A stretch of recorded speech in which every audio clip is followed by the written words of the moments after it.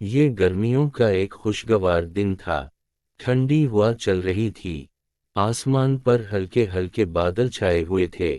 एक कौवा तालाब के किनारे एक पत्थर पर बैठ गया और ठंडी हवा से लुत्फानंदोज होने लगा।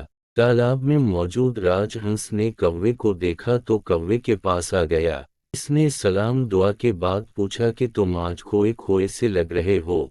कौवे ने उदासी से कहा कि मेरा रंग इतना काला है और मेरी आवाज भी बहुत बुरी है। हर कोई मुझसे नफरत करता है। राजहंस ने कौवे को समझाया कि सीरत सूरत से ज्यादा अहम है। राजहंस ने कौवे को आसान तरीके से समझाने का फैसला किया। इसने कौवे को कहानी सुनाना शुरू की। जंगल में कहीं से तोता आ गया। जंगल के परिंदों ने उससे पहले कोई तोता नहीं देखा था। तोता निहायत खूबसूरत था और इसकी आवाज भी बहुत अच्छी थी। तमाम परिंदे तोते के साथ बैठा करते थे और खुशी महसूस करते थे। नतीजा ये हवा कि तोता मगरूर हो गया। इसने तमाम परिंदों के उल्टे सीधे नाम रख दिए और उन पर तनज करने लगा।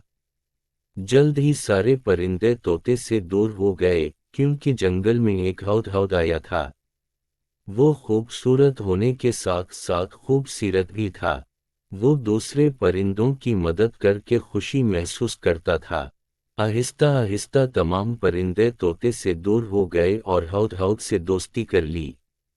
उसी वक्त गोशी खरगोश लकड़ियां लेकर जाता हुआ नजर आया।